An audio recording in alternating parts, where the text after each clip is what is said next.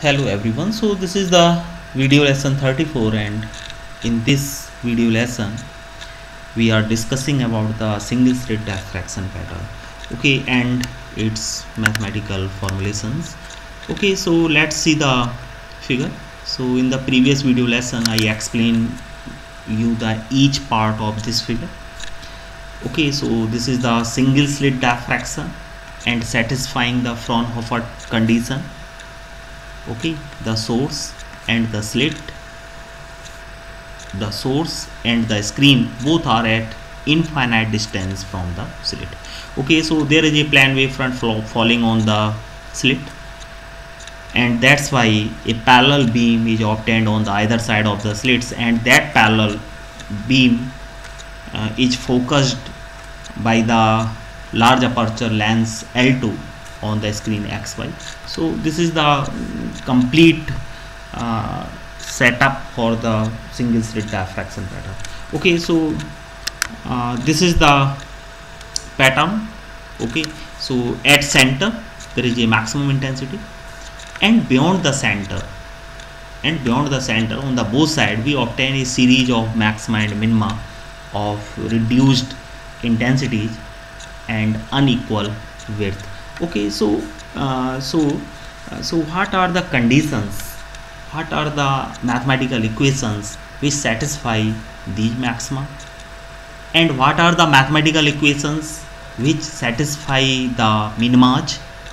From what are the mathematical equations from which we can obtain the direction of a particular order of maxima or minima? For that point of view we are going to derivate some important relations for the single slit Fraunhofer diffraction.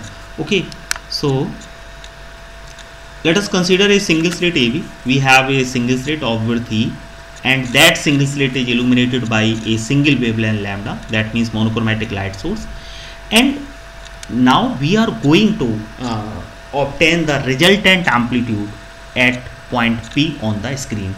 Okay, so we know that the diffraction is the result of the superposition of n harmonic waves. Okay, and in previous video session we discussed this formula.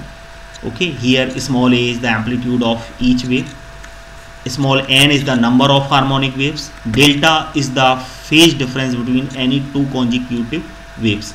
Okay, so we are going to use this formula in order to obtain the resultant amplitude on the screen at any point. Okay, so this is our figure, and these are the small n harmonic waves which are going to fall on the slit, and they superimpose, and due to superposition there is a point P on the screen, and at point P we are going to obtain the resultant amplitude due to the superposition. Okay, so for this formula we need the delta. Delta is the phase between any two consecutive waves. Okay, so let's see.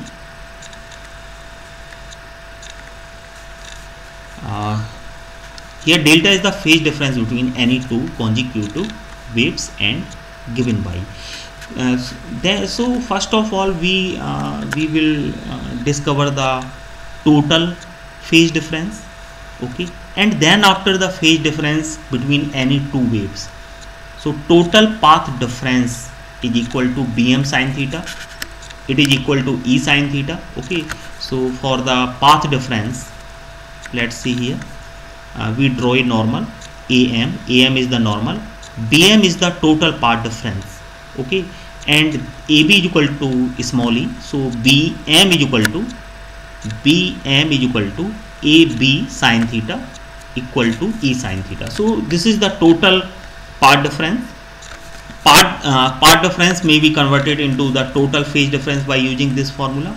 Okay, so this is the total phase difference. Now the phase difference between any two. Okay, so there are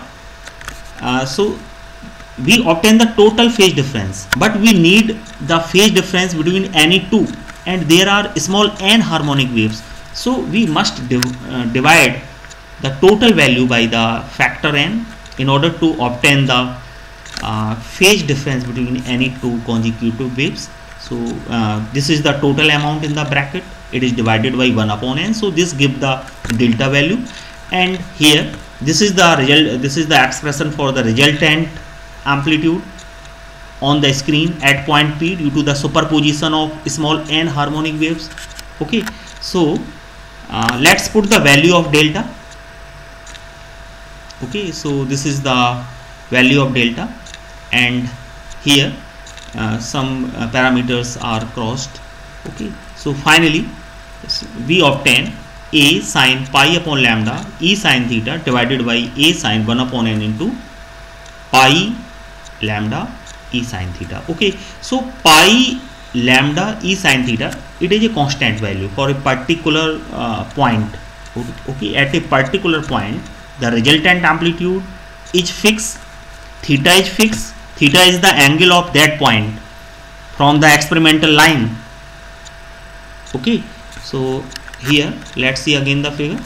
So this is the point P, this point P is fixed, the amplitude at this point is fixed, the angle at point P is also fixed. Okay, and angle is measured from the experimental line. So this is the center point of the screen and also the center of the slit. So this is the point of the measurement of the angle. So if we draw a line joining the center to the point P, then there is a angle, that angle is fixed for a particular point. Okay, so all quantity within the bracket is fixed, and that's why we are going to write it by a single parameter beta. Here beta is equal to pi upon lambda multiplied by e sin theta. So this is the constant value and represented here by beta.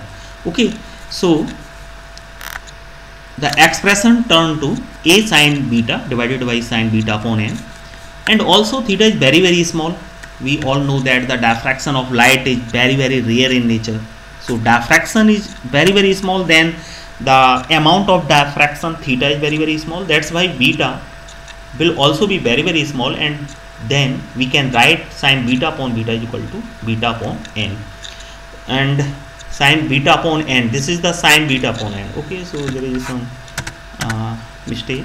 This is the beta upon n, beta upon n.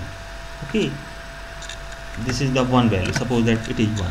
So sin beta upon n in the bracket, this is in bracket.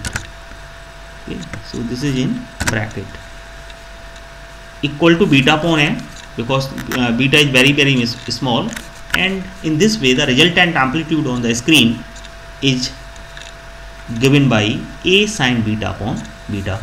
Here capital A is again a constant, because small n is the number of harmonic waves and small a is the amplitude of each harmonic wave, which is fixed. And in this way we obtain the expression for the resultant amplitude, and from the resultant amplitude we can write the equation of intensity by squaring it. So so the intensity I is equal to a square sin square beta upon beta square. So this is very important formula for the single slit Fraunhofer diffraction, because by the application of this formula we can check the intensity at any point on the screen, and also we can get the direction from the line of action, from the experimental line. Suppose that there is a first order bright band, so what is the angle of that first order bright band from the line of experiment? Okay, so that angle will give you the amount of that diffraction for that particular order. Okay, thank you.